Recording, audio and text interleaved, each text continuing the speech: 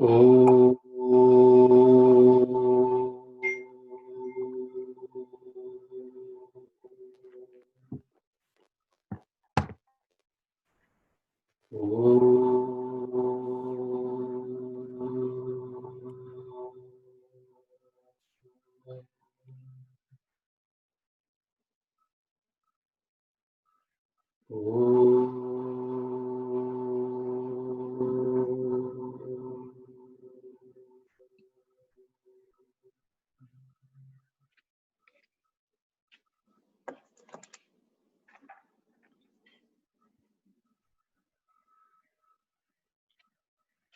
ॐ शुक्लां भरधरं विष्णुं शशिवर्णं चतुर्भुजं प्रसन्नवदनं ध्यायेत् सर्वविघ्नोपशान्तये। ॐ श्रीमहागणपतये नमः। ॐ श्रीसरस्वत्यै नमः।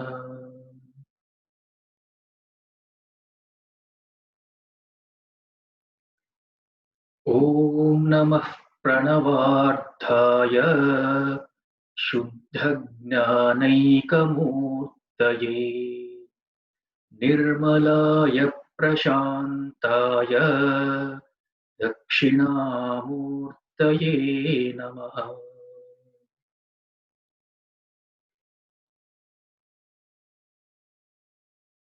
ॐ सदाशिवसमारम्भां शङ्कराचार्यमध्यमाम् अस्मदाचार्यपर्यन्तां वन्दे गुरुपरम्परा। गुरुर्ब्रह्मा गुरुर्विष्णुः गुरुर्देवो महेश्वरः गुरुरेव परं ब्रह्म तस्मै श्री गुरवे नमः। चिन्मयं व्यापि यत्सर्वं त्रैलोक्यं सचराचरं तत्पदं दर्शितं येन तस्मै श्री गुरवे नमः।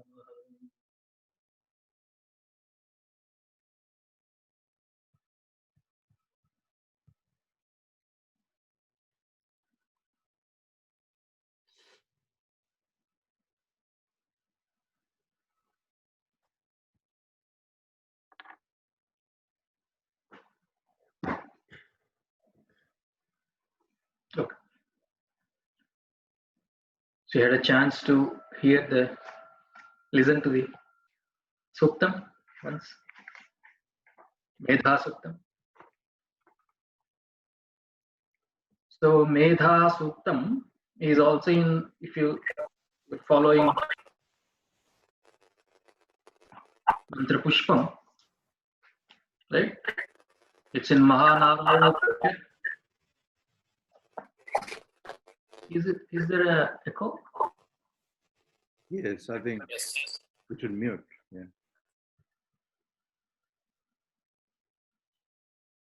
Hari Om. Can you hear me? Yes. Oh. So it's in Mahanarayana Upanishad also, in page 49 if you are following this. Okay. Or just if you have this book, that's fine. Or the Telugu script. Yeah. This one, page 33. And also in the Mantra Pushpam at the end, in Mahanarayana Upanishad, usually there is no, it has a list of all the suktams. It is a compilation. It's a very huge compilation of many suktams, many mantras. But if you go to the other part, it has the Shanti mantra also. Just like we had Shanti mantra for Purusha Suktam, Tachanyora. But this also we have the Shanti mantra. Some people directly go to the Suktam, but the convention is to chant the Shanti mantra. Yaschandasa.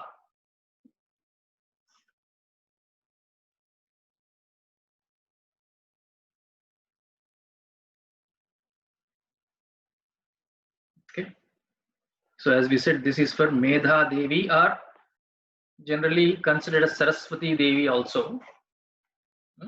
But in the Suktam, we also see seeking the blessings of Indra, Agni, and other devatas also. So even Brihaspati is considered the deity of the intellect. So in a way, praying to the deity of the intellect, the function of intellection, right? Or buddhi. Because what we need is buddhi, finally, a sukshma buddhi, right? In Kathopanishad we have seen. Drishyate tu agraya buddhya sukshmaya sukshmadarshibhi. Agraya, subtle intellect, and a sharp and a subtle intellect we need to. What is the function of the intellect?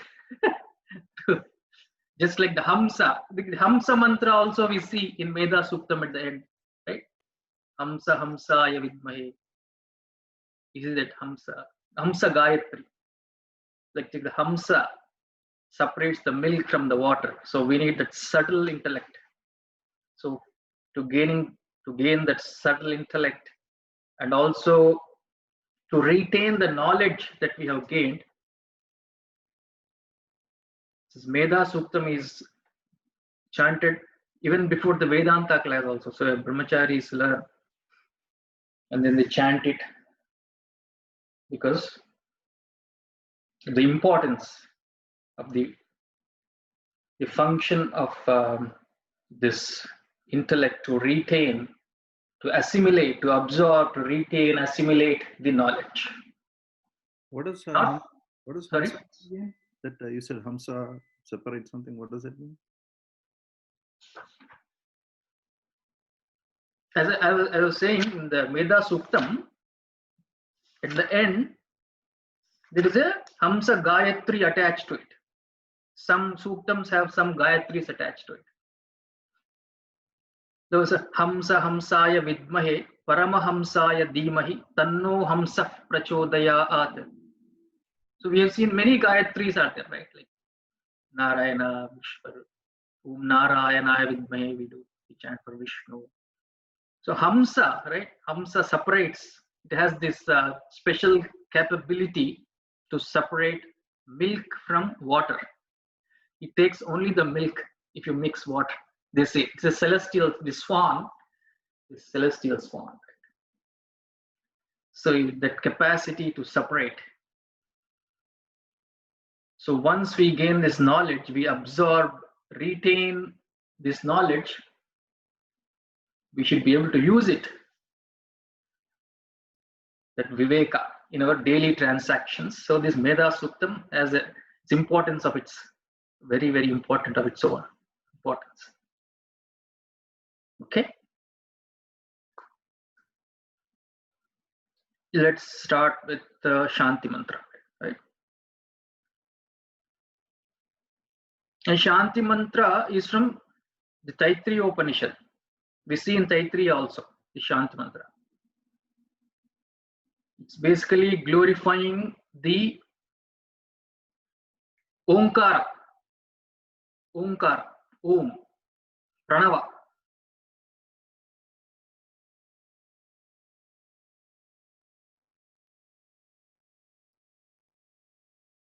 We'll see the meaning after that, maybe a little bit.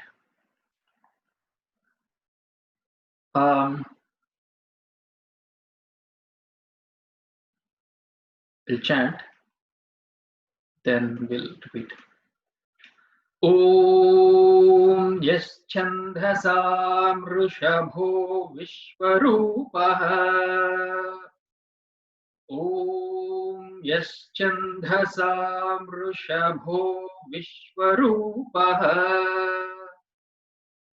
So it is Om Yaschandhasa Mrishabho.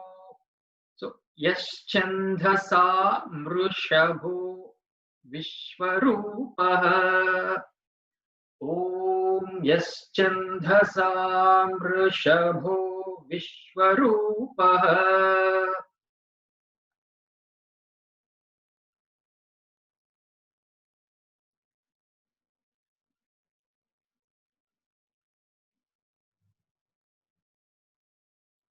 Kalyan, do it.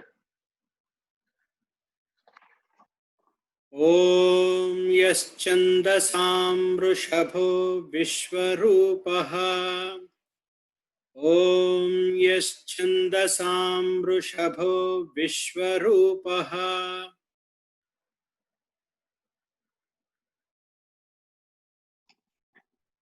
Hindi word.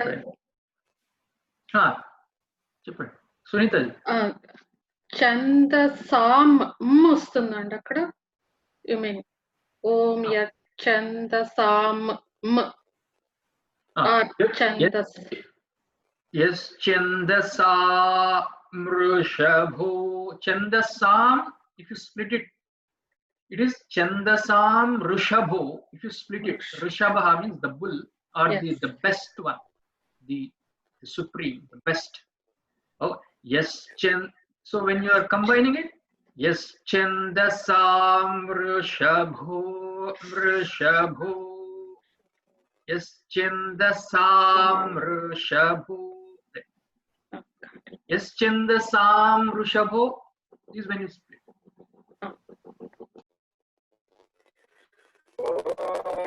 Yes, chandasam rishabho vishwarupah. Om yes, chandasam rishabho vishwarupah.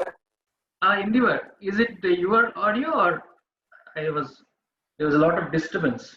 Static is from him. from your system. There was a lot of static. Yeah.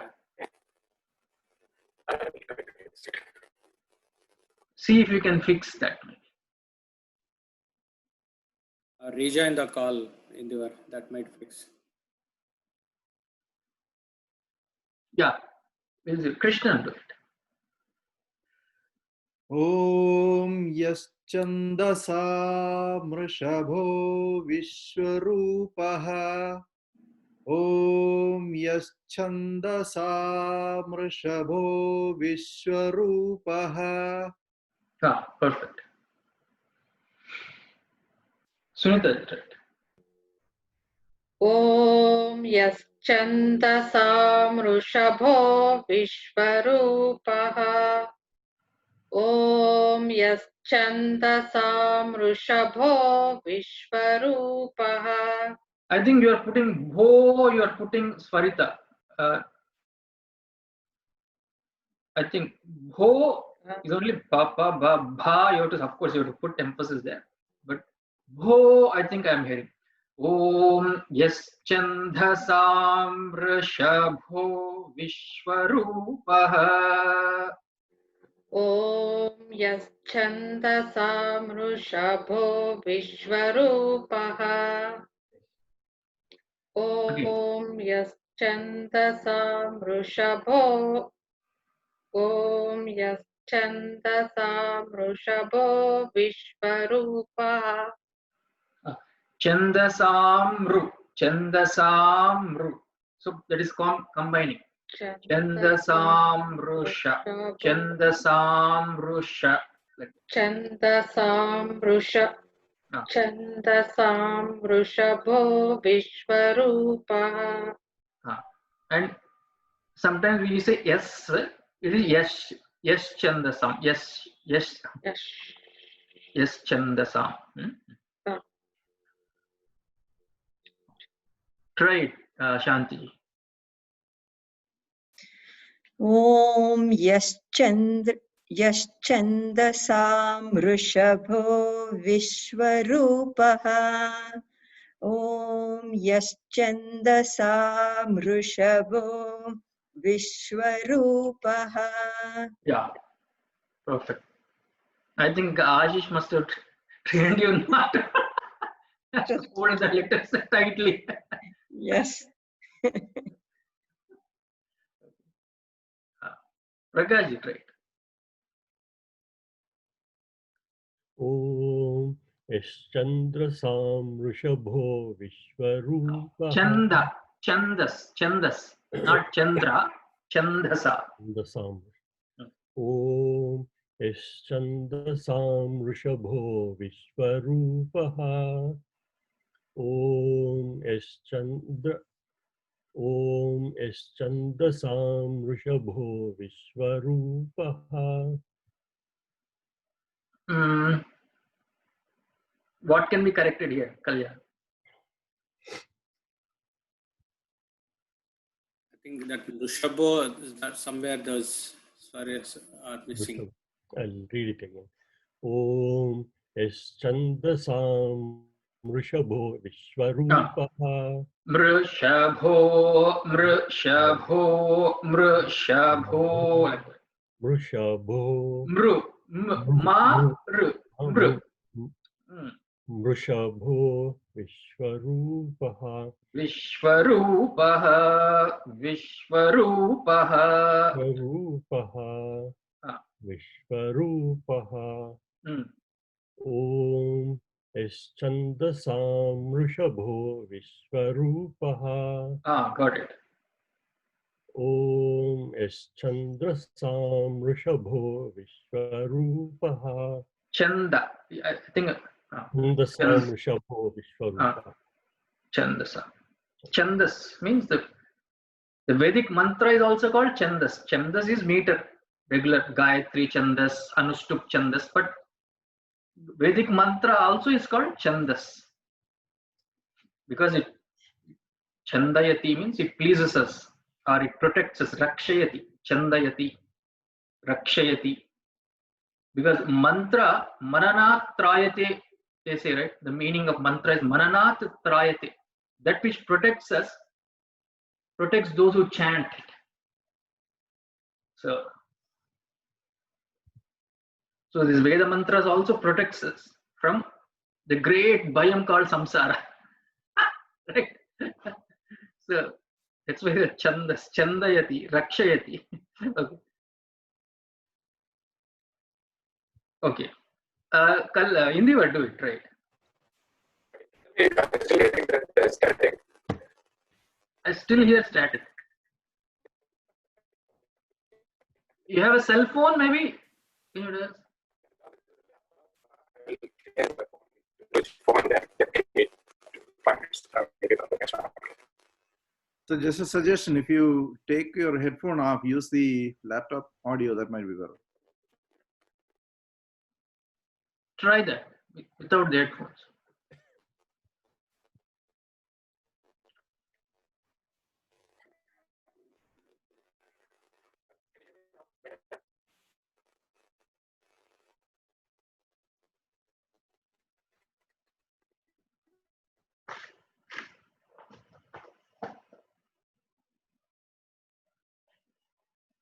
Are you trying it, Chindivar, without the headphone?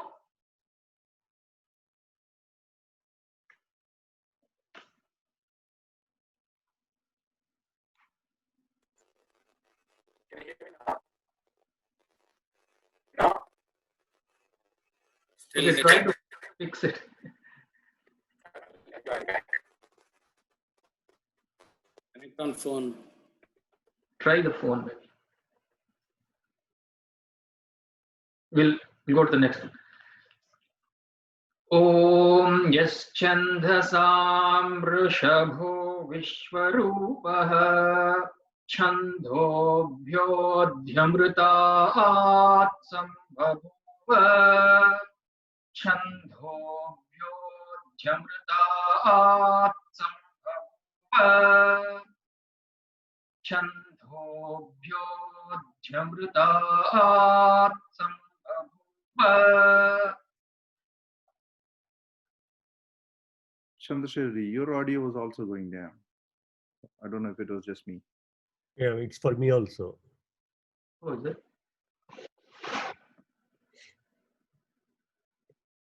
Hari Om. Hari Om. Is it better? Maybe it's too far, maybe. Yeah, it's good now. Okay. For both. Om Yaschandasam Vrishabho Vishwarupaha Chandobhyodhyamritaat Sambhavuva Chandobhyodhyamritaat Sambhavuva. Kalyan, right? छन्दोभ्योऽध्यमृतात् सम्बभूव छन्दोभ्योऽध्यमृतात् सम्बभूव Yeah. Krishnan. छन्दोभ्योऽध्यमृतात् सम्बभूवः सम्बभूव छन्दोभ्योऽध्यमृतात् सम्बभूव.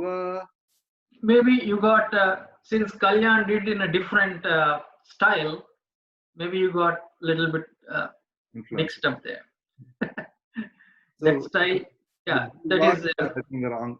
Why is the Swarita, right? I think I said bhu as a Swarita. Let me try one more time. I think the Anudata, instead of on Sambhabhuva, you are putting it on Bhu.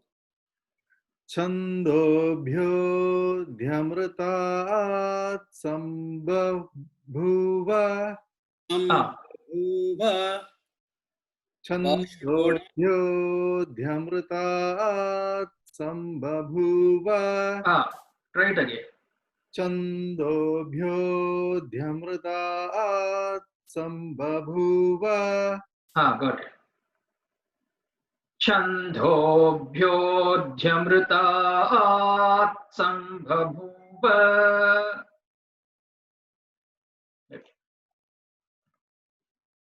In the word fixed? I am not sure. How is it coming now? Yeah, no, it's fine. This is fine. Okay. Okay, fine. Thank you. Chandobhyodhyamritaat sambabhuva Chandobhyodhyamritaat sambabhuva. Chando. Can you go a little slow? While learning, let's go slow. Fine. Okay. Slow, and each one pronounce separately. Chandobhyodhyamritaat sambabhuva. Right. Chandobhyodhyamritaat sambabhuva Chandobhyodhyamritaat sambabhuva. Bhabhuva, bhabhuva. Bhabhuva, sambabhuva. Sunita is it right? Chandobhyodhyamritaat sambabhuva Chandobhyodhyamritaat sambabhuva. Again, right? Chandobhyodhyamritaat sambabhuva. Charat, chandobhyo. Okay. Right, Shanti. Chandobhyodhyamritaat sambabhuva Chandobhyodhyamritaat sambabhuva. Yeah, perfect. Yeah. Prakash, you try. Chandobhyodhyamritaat sambabhuva Chandobhyodhyamritaat sambabhuva. Chandobhyo. Chandobhyo. Chandobhyo is one. Dhyamritaat. Chandobhya. Actually, if it is split, amritaat. Chandobhyo. Chandobhyo dhyamritaat sambabhuva. Dhyamritaat. If you really split that. Chandobhyo dhyamritaat sambabhuva. Sambabhuva. Right. Now put this one. Chandobhyo. Try that. Chandobhyo. Chandobhyo. Chandobhyo dhyamritaat sambabhuva. Chandobhyo Jamruta Sambhabuva Sambhabuva. Sambhabuva Sambhabuva. Sambhabuva Babhuva. Va Babhuva. Sambhabuva.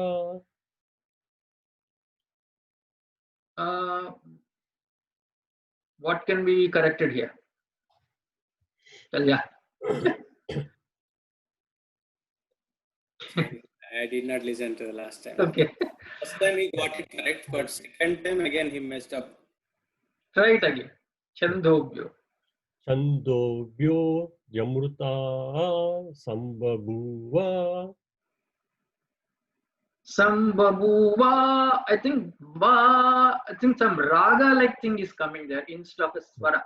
Oh. That raga, maybe Sambhabuva. music raga is coming instead of a Okay. swarita. Sambhabuva. Sambhabuva. Sambhabuva Babuva.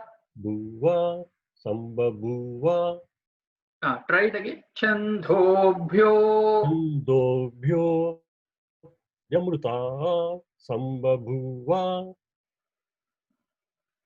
Chandobhyo Jhamrutat Sambhabuva. Chandobhyo Jamruta Sambhabuva. We'll practice. If you keep on listening, then you will. Yes. Samendro Medaya Asprunoti. Samendro Medaya Asprunoti.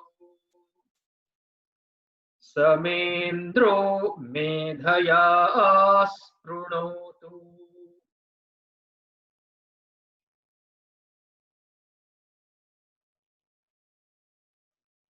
Christian, try it first. Samendro Medhaya Sprunoti. Samendro Medhaya Sprunoti. Medaya At. No, are you saying Yat? I think I did. Samendro Medhaya Sprunoti. Just Samendro Medhaya Sprunotu. Medhaya Sprunotu. Samendro Medhaya Sprunoti.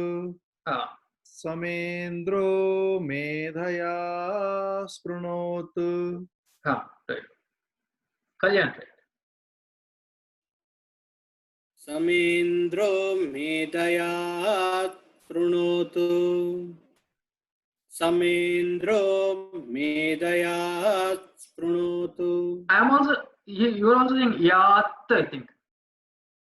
There is no Yat there. Yeah, it's not Yat. I'm reading it as Ya only. But when I take up Spra, it sounds like T. Oh, okay. Does it, for me also, does it sound like that? Samendro Medaya Sprunotu. Yeah, yours is clear. I mean, there is no Tha. I think Samendro Medaya Prunotu. Ta is coming, I think. Yeah. Medaya. I think I made the same mistake. What I did was to correct. What I did was Medhayas. If you focus on that that ta will go away. Medhayas Prunot. Yas Pronotu. Yas Pronotu. Samendro Medaya Prunotu. I think that when I am landing that Medaya, automatically that is coming. Medayas Prunotu. Catch hold of the S and Spru. After Yas Prunotu. Yas Medayas Prunotu. Right. Samendro Medayas Prunotu. Hindi word, right? Samendro medhaya sprunotu. Samendro medhaya sprunotu. Ah. Yeah. Sunita, right?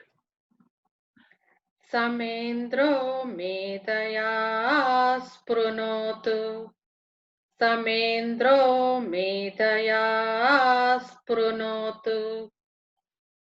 Ah. Shanti. Samendro medaya sprunotu. Samendro medaya sprunotu. Again, try it once again. Samendro medaya sprunotu. Sprunotu. Okay. Samendro medaya sprunotu. Samendro. Because same. Samendro. Samendro. Samendro medaya sprunotu.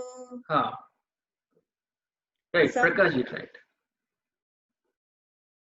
Samendro medaya sprunotu. Samendro medhaya sprunotu. Take your time. You don't have to rush. You're doing Samendro Medaya Sprunotu. Don't have to rush. If you don't rush by learning, it will be easy to grasp it. Take your time. Samendro. Take your time. Samendro. Samendro. Right. Take your time. Samendro medhaya sprunotu. Yes. Again.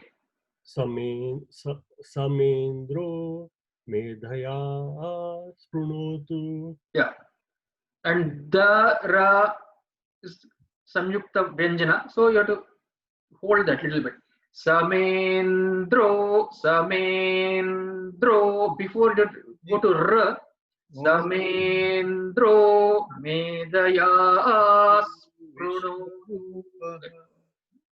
Chandobhyodyam Amrutasya devadharano bhuyasam. Amrutasya devadharano bhuyasam. Amrutasya devadharano bhuyasam. Amrutasya devadharano bhuyasam.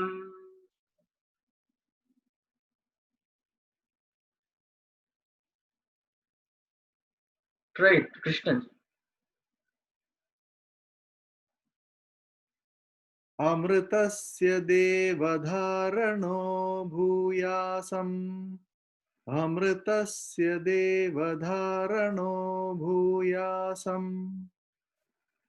It looked as if you are taking a pause after no, but no is dirgha, no doubt, but you have to make sure it has to be proportional. That okay, as if there was a pause. It looked. Right again. Amritasya devadharano bhuyasam. Again. Amritasya devadharano bhuyasam. Right. Hindi word, right? Amrutasya devadharano bhuyasam. Amrutasya devadharano bhuyasam. Amrutasya deva. Va is going down. Devadha. Yeah. Amrutasya devadharano bhuyasam. Ana. Amrutasya devadharano bhuyasam. Again.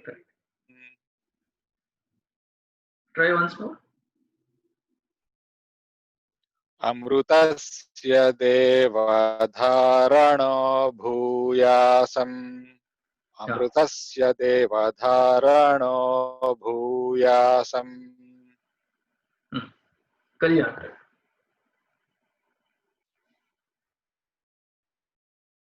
अमृतस्य देवधारणो भूयासं sorry अमृतस्य देवधारणो भूयासम् again try अमृतस्य देवधारणो भूयासम् right Sunita अमृतस्य देवधारणो भूयासम् अमृतस्य देवधारणो भूयासम् ana dharano धारणो भूयासम् again अमृतस्य देवधारणो भूयासम् yeah Shanti ji अमृतस्य देवधारणो भूयासम् अमृतस्य देवधारणो भूयासम् अमृतस्य देवधारणो भूयासम् yeah I didn't find anything to comment yeah Prakash ji try अमृतस्य देवधारणो भूयासम् अमृतस्य देवधारणो भूयासम् Devadharano sounded same. Devadharano bhuyasam. Devadharano bhuyasam. अमृतस्य देवधारणो भूयासम् अमृतस्य देवधारणो भूयासम् Ra. By learning doesn't matter. You can put emphasis on that swarita so that it will get fixated in our minds. When you're chanting from memory, it is easy to remember that way. Devadharano. You are saying Devadharano. Maybe in group we might not have, you're not able to distinguish these swaras. But by learning Devadharano bhuyasam, you can put that emphasis. देवधारणो भूयासम् देवधारणो भूयासम् Right. Shariram me vicharshanam. Shariram me vicharshanam. Shariram me vicharshanam. Jihva me madhumattama. Jihva me madhumattama. Shariram me vicharshanam. Jihva me madhumattama.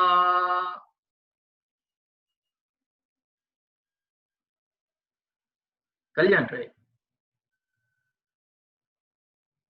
शरीरं मे विचर्षणं जिह्वा मे मधुमत्तमा शरीरं मे विचर्षणं जिह्वा मे मधुमत्तमा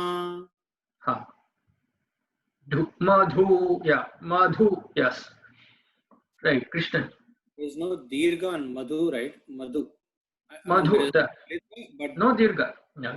But dha, like medha, yes. Madhu.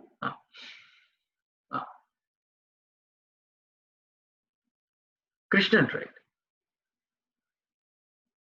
शरीरं मे विचर्षणं जिह्वा मे मधुमत्तमा शरीरं मे विचर्षणं जिह्वा मे मधुमत्तमा Shariram me vicharshanam.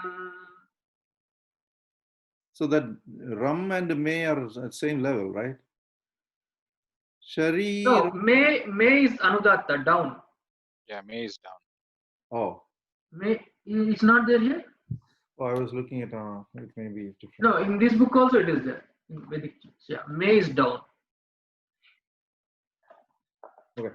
May is down. In this form, May we did not have it. I'll correct it. Oh, where? In this book? No, I had a online downloaded one too. Oh, okay. So I can keep side by side. That's what I was saying. Yeah. Try it again. Shariram me vicharshanam, jihva me madhumattama. Shariram me vicharshanam, jihva me madhumattama. Even G also has another, right? Yeah, G also down. That I think you got that. Krishna has it. Okay. Try it in the word. Try. Shariram me vicharshanam, jihva me madhumattama. Shariram me vicharshanam, jihva me madhumattama. After va, you're taking a pause, not required. Huh? After Jihva what? me, jihva me madhumattama. Jihva me madhumat. After No me, pause. there has to be pause or not? Okay. No pause. Jihva me madhumattama. Jihva me madhumattama. I think Jihva, you are going Anudata. There is no Anudata on Hwa. Jihva me madhumat. You are sounding as Jihva. It's going down. No, you should not actually. Yeah, sorry. If I did that. No, Indivar.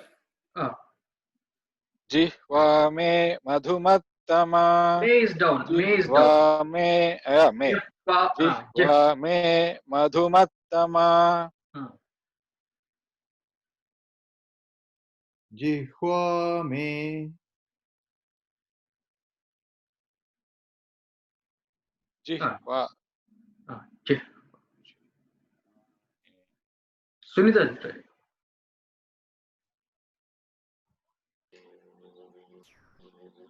शरीरं मे विचर्षणं जिह्वा मे मधुमत्तमा शरीरं मे विचर्षणं जिह्वा मे मधुमत्तमा. Jihva is somewhere. Yeah, correct. But the jihva means tongue. So yes. This jihva itself is giving a trouble in pronouncing. I need more practice on this. For most of us, it's a tongue twister like jihva.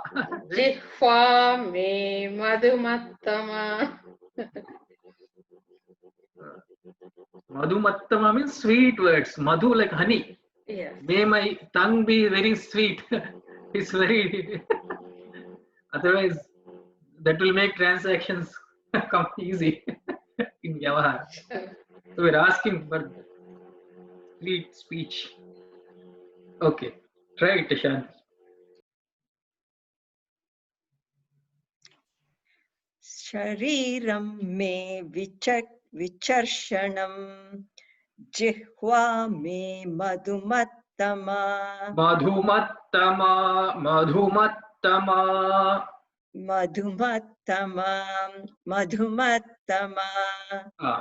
shariram me vicharshanam jihva me madhumattama. Prakash, right? Shariram me vicharshanam jihva me madhumattama. Shariram me vicharshanam jihva me madhumattama. Yes, Swaras were right. Yeah, but take your time. That's correct. You're getting that. No. Karnabhyam bhuri vishruvam. Karnabhyam bhuri vishruvam. Karnabhyam bhuri vishruvam.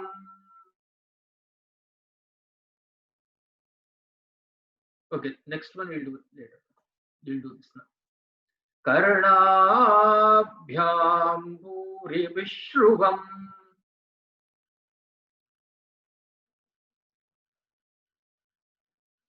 Sunita ji, try.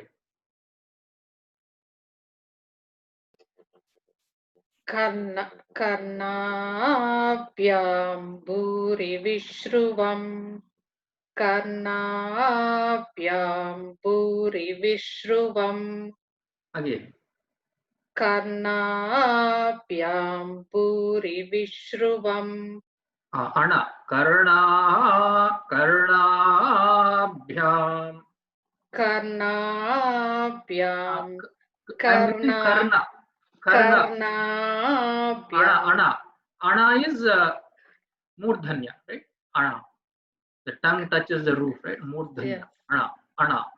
Karna, like that. कर्णाभ्यां भूरिविश्रुवम्. Shantili, try. Change the order. कर्णाभ्यां भूरिविश्रुवम् कर्णाभ्यां भूरिविश्रुवम् कर्णाभ्यां भूरिविश्रुवम्. Before you go to Bha, I think there is a little bit of hesitation. Karnabhyam.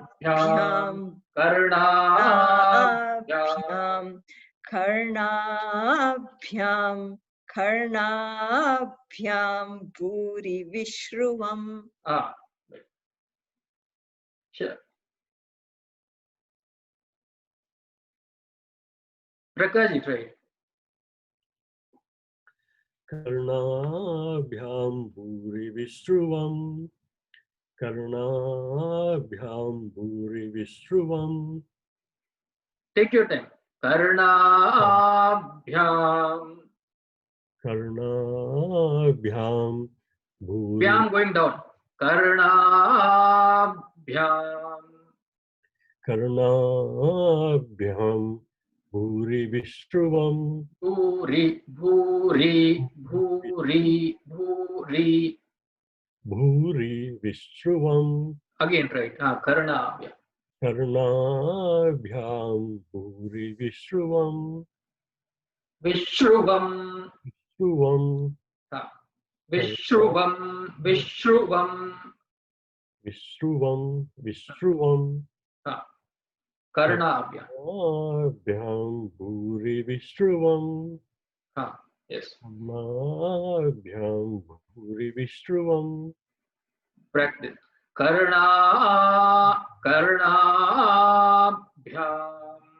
भूरिविश्रुवम्. कर्णाभ्यां भूरिविश्रुवम्. Krishna ji, right. कर्णाभ्यां भूरिविश्रुवम् कर्णाभ्यां भूरिविश्रुवम्.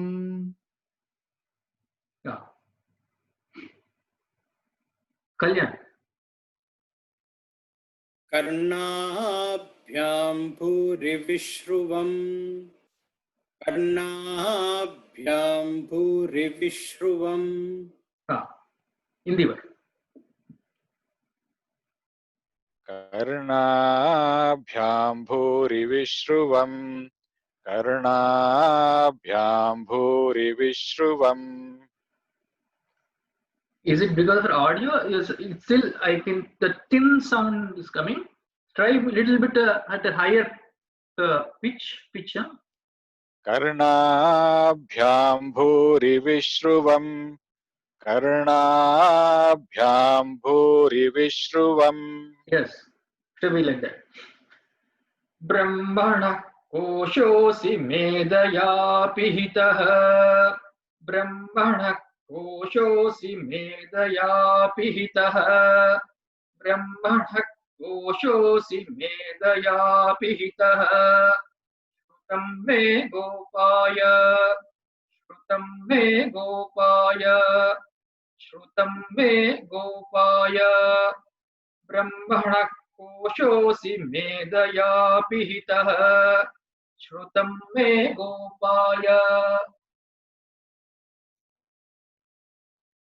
Brahmana, Brahmana, that Jihva Mulya has to come because after Anaha, Visarga followed by Ka. Brahmana, Brahmana, Koshosi, Brahmana, like that. And the Ik, Jihva Mulya. Christian, right? Brahmanah koshosi medhaya pihitah. Brahmanah koshosi medhaya pihitah.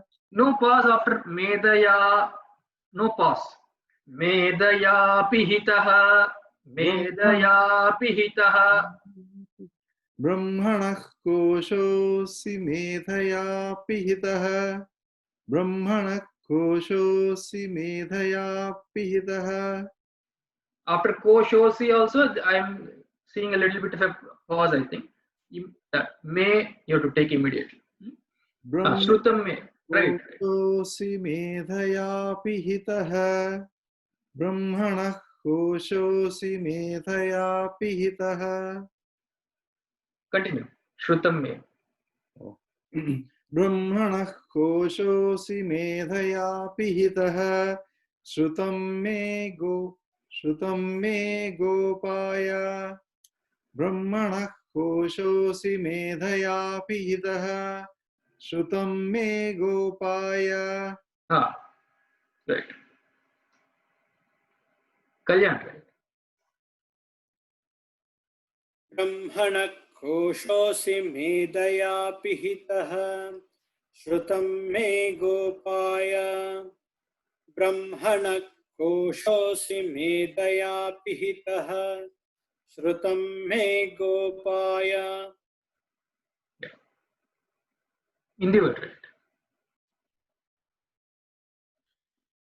ब्रह्मणः कोशोऽसि मेधया पिहितः श्रुतं मे गोपाय ब्रह्मणः कोशोऽसि मेधया पिहितः श्रुतं मे गोपाय. Right. Sunita, right.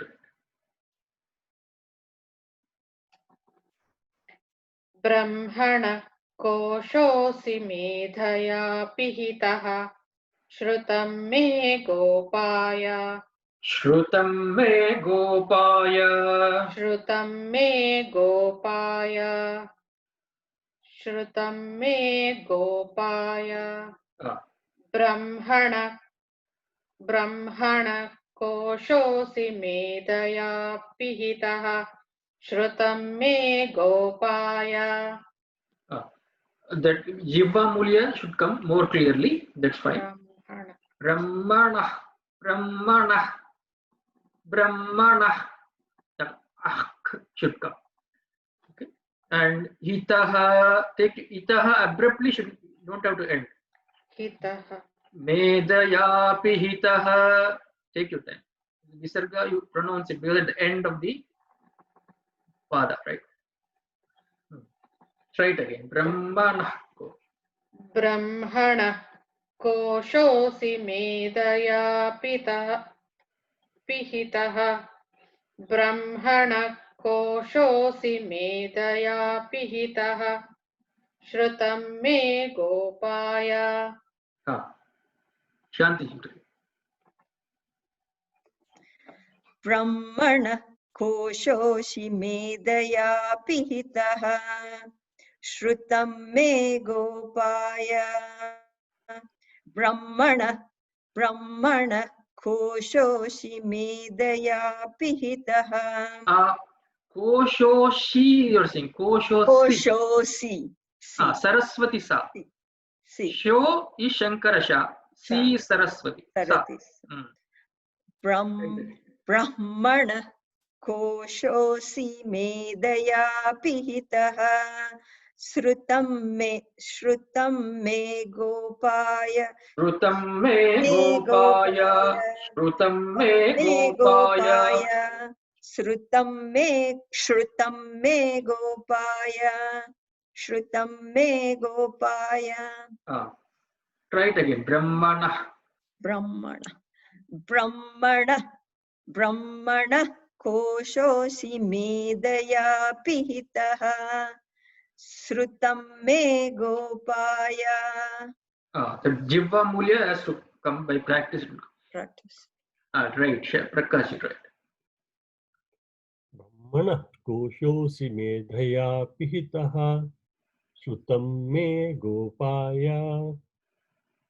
ब्रह्मणः Gopaya, I think it was more of a musical tone.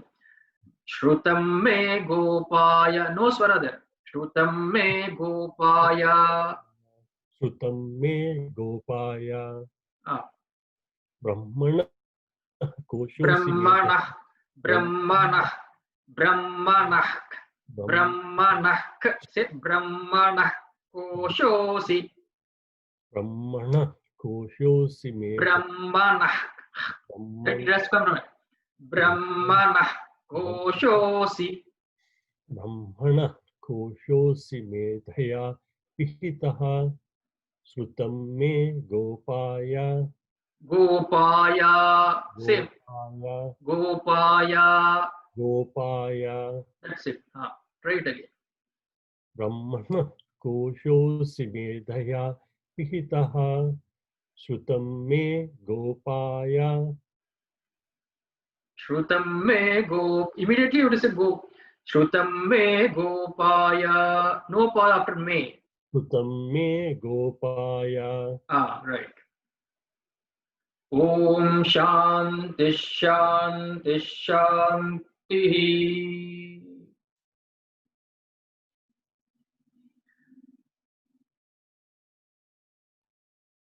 Om Yaschandasam Rishabho Vishwarupah Chandobhyodhyamrutat Sambhabhuva Samendro Medaya Sprunotu Amrutasya Devadharano Bhuyasam Shariram Me Vicharshanam Jihva Me Madhumattama Karnabhyam Bhuri Vishruvam Brahmanah Koshosi Medaya Pihitah Shrutam Me Gopaya. Om Shanti Shanti Shanti. Kalyan, right?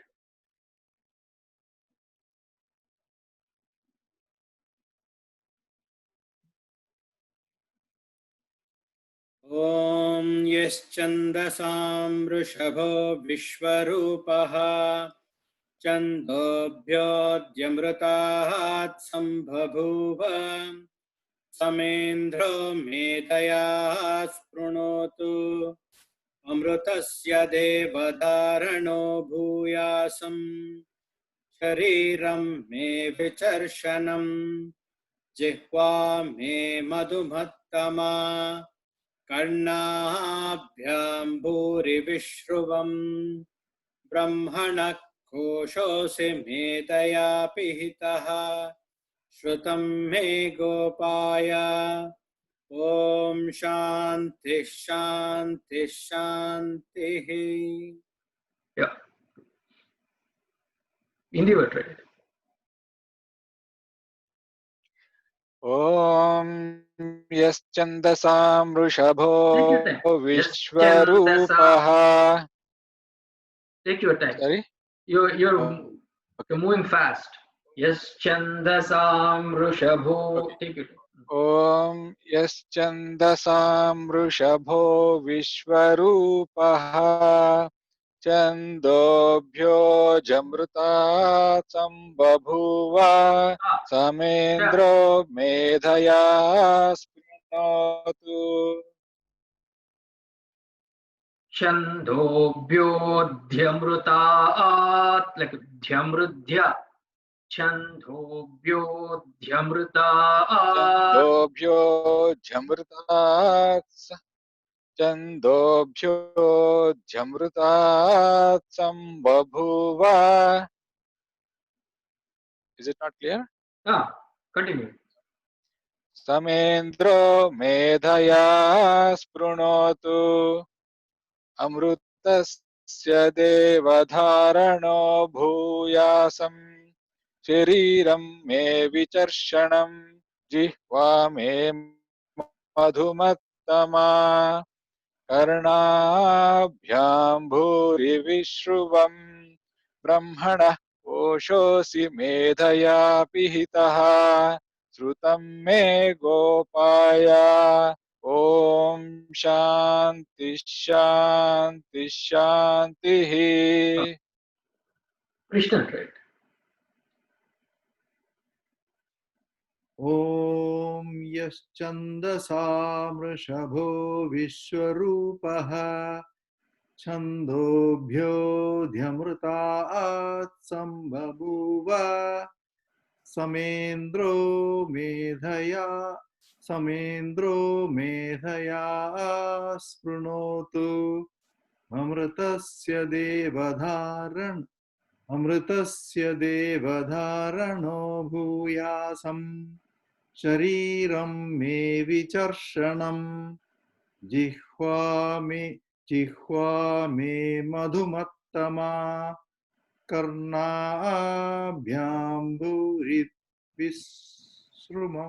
Vishruvam.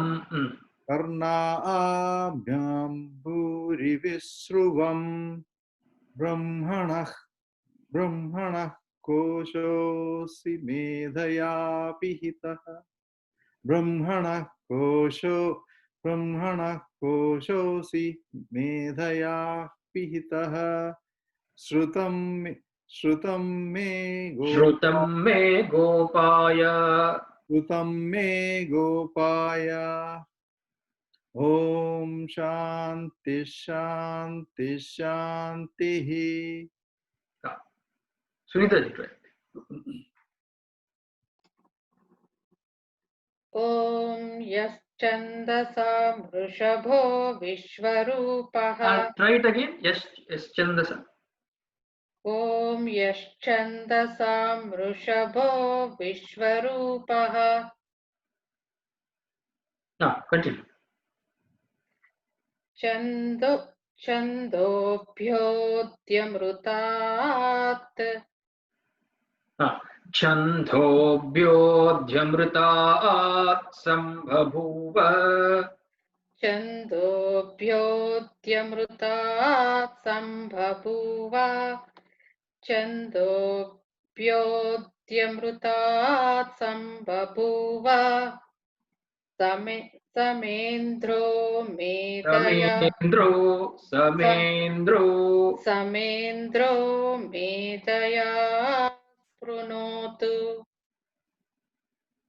अमृतस्य देवधारणो भूयासम् down.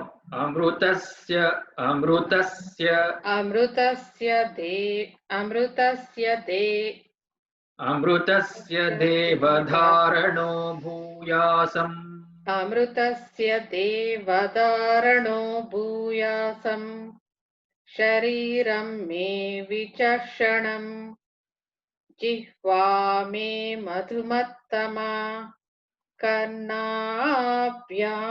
भूरिविश्रुवम्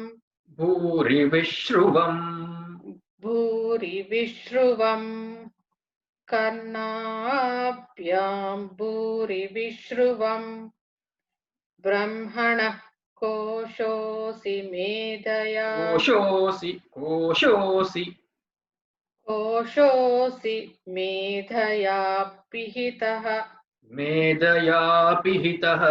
मेधया पिहितः ब्रह्मण कोशोऽसि मेधया पिहितः श्रुतं मे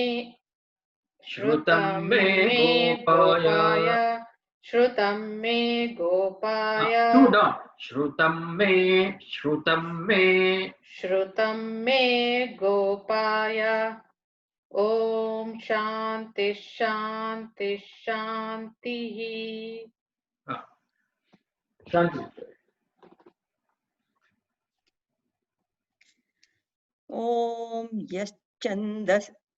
ॐ यश्चन्दसा वृषभो विश्वरूपः छन्दोभ्योऽद्यमृतात् सम्बभूव समेन्द्रो मेदया शृणोतु Sprunotu. शृणोतु Sprunotu. yes स्पृणोतु समेन्द्रो मेदया स्पृणोतु अमृतस्य देवधारणो भूयासं शरीरं मे विचर्षणं जिह्वा मे मधुमत्तमा कर्णाभ्यां भूरि विश्रुवम्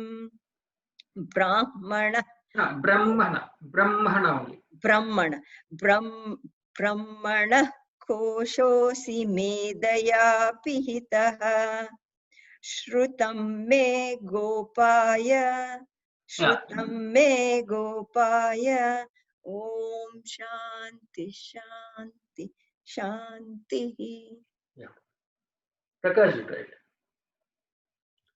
ॐ यश्चन्दसां वृषभो विश्वरूपः छन्दोभ्योऽजामृता छन्दोभ्योऽध्यमृतात् सम्बभूव छन्दोभ्योऽजमृता सम्बभूव समेन्द्रो मेधया स्पृणोतु अमृतस्य देवधारणो भूयासं शरीरं मे. You're saying bhuyasam? No. Bhuyasam. One, two. No. अमृतस्य देवधारणो भूयासं शरीरं मे विचर्षणं जिह्वा मे मधुमत्तमा कर्णाभ्यां भूरि विश्रुवम् ब्रह्मणः कोशोऽसि मेधया पिहितः श्रुतं मे गोपाय ॐ शान्ति शान्ति शान्तिः. Yeah. When you're ending, you're putting some kind of a rag. Gopaya, I think. Shrutam me Gopaya. Right? Me Gopaya. Gopaya. Gopaya. Shrutam me Gopaya. Om Shanti Shanti Shanti. Yeah.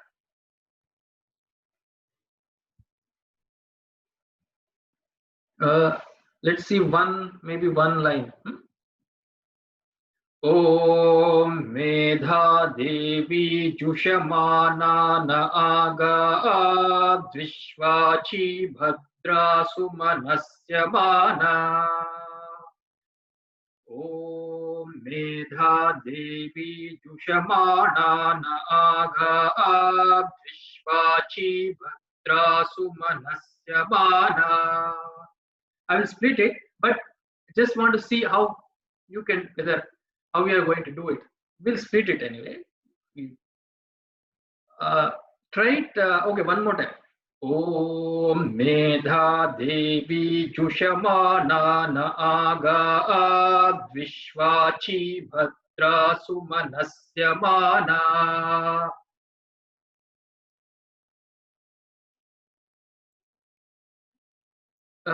Krishnan, try. Om Medha Devi Jushama. Om Medha Devi Jushamanana. Okay. Okay. Try. Om Medha Devi Jushamanana. Om Medha Devi Jushamana na aga Dvishwachi Bhadra Sumanasya Mana. Like that. Okay. I think I have to split it. Let's see. Kalyan, do it.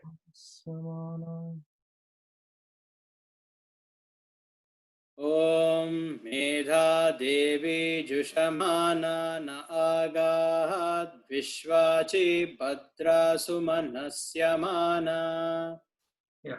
ॐ मेधा देवी जुषमाना न आगात् विश्वाची भद्रा सुमनस्यमाना Anybody wants to try before is Can I try? try? ॐ मेधा देवी जुषमाणान आगाद् विश्वाची भद्रा सुमनस्यमाना ॐ मेधा देवी जुषमाणान आगाद् विश्वाची भद्रा सुमनस्यमाना Jushamana, you're going little fast. Jushamana, mana. Take it. जुषमाणा.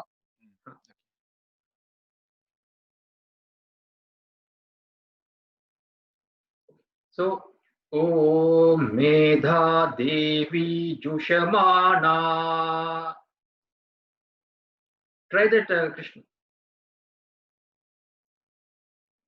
Om Medha Devi Jushamana. Om, again, try. Om Medha Devi Jushamana. Om Medha Devi Jushamana na aga. Om Medha Devi Jushamana na aga. Jushamana na aga. Om Medha Devi Jushamana na aga. Om Medha Devi Jushamana na aga. Dvishvachi, Dvishvachi. Dvishvachi. Dvishvachi. Dvishvachi Bhadra. Dvishvachi Bhadra. Dvishvachi Bhadra. Dvishvachi Bhadra Sumanasyamana. Dvishvachi Bhadra Sumanasyamana. Dvishvachi Bhadra Sumanasyamana. Om Medha Devi Jushamana na aga Dvishvachi. Om Medha Devi Jushama. Om Medha Devi Jushamana na aga Dvishvachi Bhadra Sumana. Try from Medha Devi only. Om we already invoked. Fine. Medha Devi Jushamana na aga Dvishvachi. Medha Devi Jushamana na aga Dvishvachi. Medha again. Medha Devi Medha Devi Jushamana na aga Dvishvachi. Medha Devi Jushamana na aga Dvishvachi. Medha Devi Jushamana na aga Dvishvachi Bhadra Sumanasyamana. Om Medha Devi Jushamana na Om Medha Devi Jushamana na aga Dvishvachi Bhadra Sumanasyamana. Got it. Again. Medha Devi Jushamana na aga. Medha Devi Jushamana na aga Dvishvachi Bhadra Sumanasyamana. If you want to take a breath after aga, you can try there after that maybe. Okay. When you're learning. Who wants to? Sunita, you try. ॐ मेधा देवी जुषमाणा न आगा विश्वाची भद्रा सुमनस्यमाना Again. ॐ मेधा देवी जुषमाणा न आगा विश्वाची भद्रा सुमनस्यमाना. I mean, if you don't have to take a pause, don't have to. Aga, continue if you want to. That's how you have to do. But if you want to take a small breath, I just said that. But Medha Devi Jushamana na aga Vishwachi Bhadra Sumanasya Mana. Right.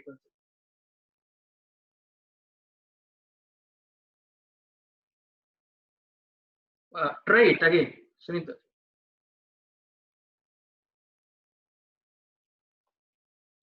ॐ मेधा देवी जुषमाणा न आगा विश्वाची भद्रा सुमनस्यमाना. Dvishvachi द्विश्वाची भद्रा सुमनस्यमाना.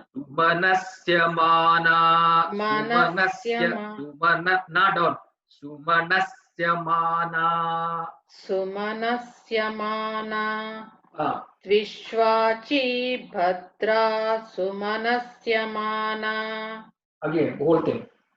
ॐ मेधा देवी जुषमाणा न आगा द्विश्वाची भद्रा सुमनस्यमाना. There's a lot of pauses, but to work on that. Shanti ji, try. You want to break it or you want to do full? Try. I'll try. Om Medha Devi Jushamana na aga Dviswachi Bhadra Sumanasya Mana. Good. Om Medha Devi Jushamana na aga Dviswachi Bhadra Sumanasya Mana. Did you take a breath? I think I did with Ga. Were you breathing after when? After Ga. Yeah, you did good actually. Okay. Yeah. So try taking one long breath, maybe. Yeah. Actually, that is not the way you should do. It has to come from your stomach, they say actually. So you have to fill it and then little bit you have to keep on releasing it. So that way you can do it. Try it. Prakash, you try it. Om Medha Devi Jushamana na aga Vishwachi Bhadra Sumanasya Mana. Yeah, good. Try again. Om Medha Devi Jushamana na aga Jushamana na aga Jushamana na aga Vishwachi Bhadra Sumanasya Mana. Dvishvachi Bhadra Sumanasya Mana Sumanasya Mana. Vishwachi Bhadra Sumanasya Mana. Medha Devi, once more. Om Medha Devi Jushamana na aga Jushamana na Jushamana na aga Vishwachi Bhadra Sumanasya Mana. Practice, I think you will get it. मेधा देवी जुषमाना न आगा द्विष्वाची भद्रा सुमनस्य माना त्वया जुष्ठानुदमाना दुरुक्तान् बृहद्वदेम विदते सुवीराः त्वया जुष्ठानुदमाना दुरुक्तान् बृहद्वदेम विदते सुवीराः. That will do next. Shikhar, is there Anudatta under N? Duruktan. No, do anudatta, do. Yeah, after that Durukta, after that N. No, There is no Anudatta underneath that, right? no anudatta. And how about Bru? Bru anudatta. Bru is Anudatta, right? Yeah, I think the line went wrong. Yeah, are you following this book? Yeah, Ramakrishna. There are some Yeah, Saswara. mistakes. Yeah, he admitted that there are some mistakes, and in the revised prints they have corrected that one, but maybe Like in this one, maybe this- Chandobhyo, there is no yo. Chandobhyo in the Shanti mantra, first line, Shanti mantra. Chandobho it is. Chandobho. Ah, Instead, there are. yeah, I think this in is the a revised last one, page- but still one of them, I mean, the Anudatta was incorrectly put under N instead of Bru. Yeah. Yeah, I'll correct.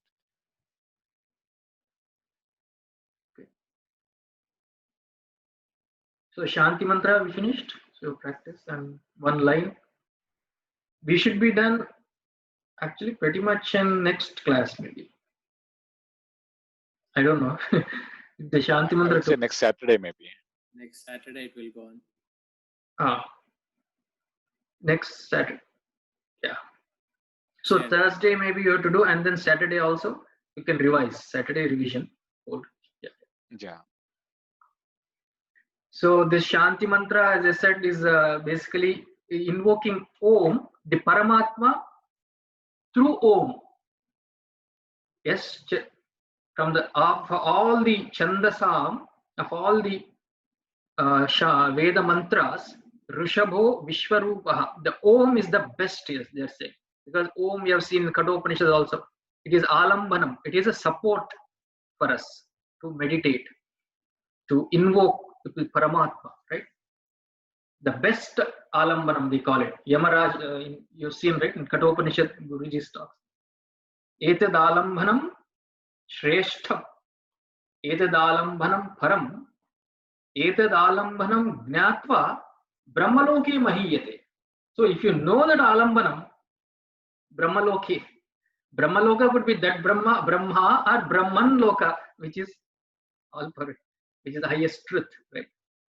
So that Alambhanam is being used to invoke that Paramatma, right? Chandobhyo Dhamrutat Sambhabhuva. Rushabha means the best, the greatest mantra of all the Chandasam, as we said, Chandasam among the Vedic mantras, and Vishwarupa with many fold forms, because as you know, Om stands for, it is a symbol, it is a pratika, right? We call it. It is a sound symbol. It is not a form. Even though we give a form, Om we write, but it is a sound, pratika. Just like a flag is a pratika which represents the whole country. The sound, Om sound represents the whole, the Brahman, Abhidhana, they call it. Abhidhana means but that which represents the Abhideya. Abhideya is Brahman, Abhidhana is the name, the Om. That's why it's called Pranava.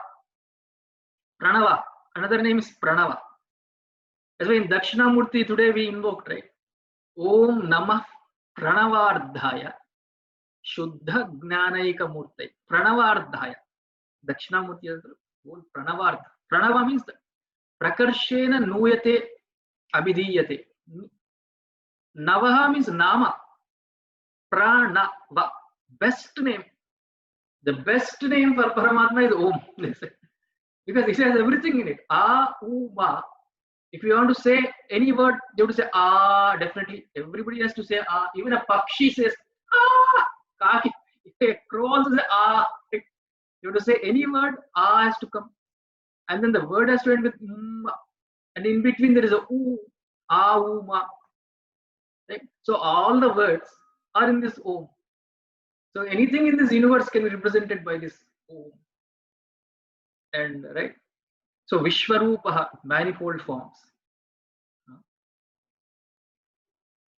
Samendro Medaya. Medaya Sprunotu. Sa Indra is again the Om here, not that Indra. Saha Indraha Medaya, let him Sprunotu. Make it, strengthen it, the Medha, the intelligence, as we said, the wisdom in us. Amrutasya Devadharano Bhuyasam. Right? May I become the enjoyer, Amrutasya, of that Amrita, of the immortality, represented by Om. Right? Amrutasya Devadharano Bhuyasam. Shariram me vicharshanam. Again, we are asking, this is a prayer, right?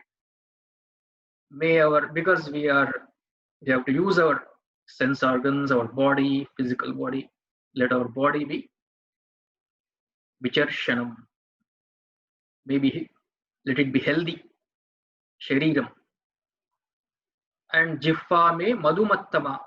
May our words be like honey, sweet. Right? Please grant us that boon so that our words may not hurt others. Our tongue, right? In Gita 17th chapter we have seen, right? If you remember, what is that? 4 criteria for the speech. Anudvegakaram vakyam satyam priyam hitam. 4 criteria for speech. Anudvegakaram, it should not cause udvega in others, hurt or unnecessary disturbance. Satyam, it has to be truthful. Priyam, it has to be pleasant. Hitam, beneficial. So if you have to be truthful, it may not be pleasant. So you have to make sure to the best of our ability, if all these criteria is satisfied, to the best of our ability. Right? Anudvegakaram, satyam, priyam. That is madhumattama.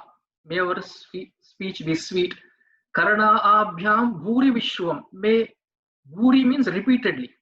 Karana abhyam, with our ears, vishwam. Let maybe repeatedly listen to the highest truth. Brahmana koshosi medayapi hitha. This Brahman koshosi, as though it is covered with a kosha, a sheath, they say. As though covered, is contained in Om. As though Brahman cannot be covered, it is all pervading.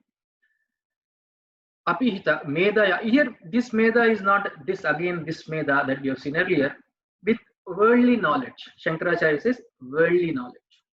This is as though covered with all types of different types of worldly knowledge. So,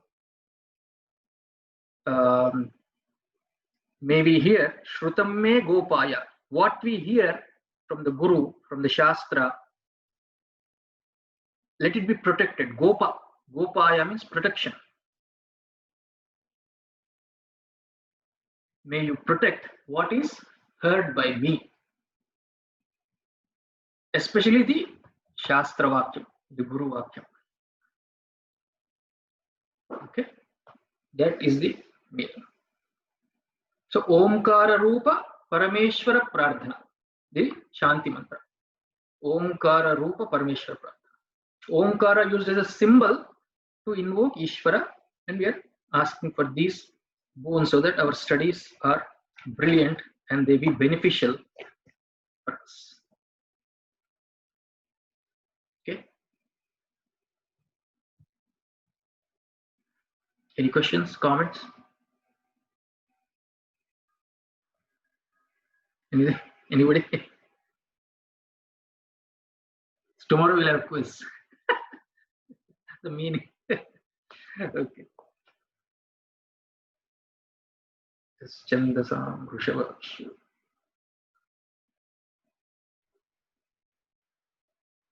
Okay. So if you can practice, I'll send the video. Om Sarve Bhavantu Sukhinah, Sarve Santu Niramayah, Sarve Bhadrani Pashyantu, Ma Kaschit Dukkha Bhag Bhave. Om Asato Ma Sadgamaya, Tamaso Ma Jyotirgamaya, Mrityorma Amrutangamaya.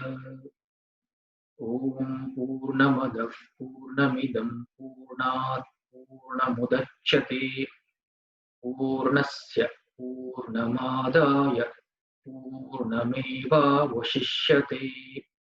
Om Shanti Shanti Shanti. Hari Om Shri Gurubhyo Namaha. Hari Om Tat Sat.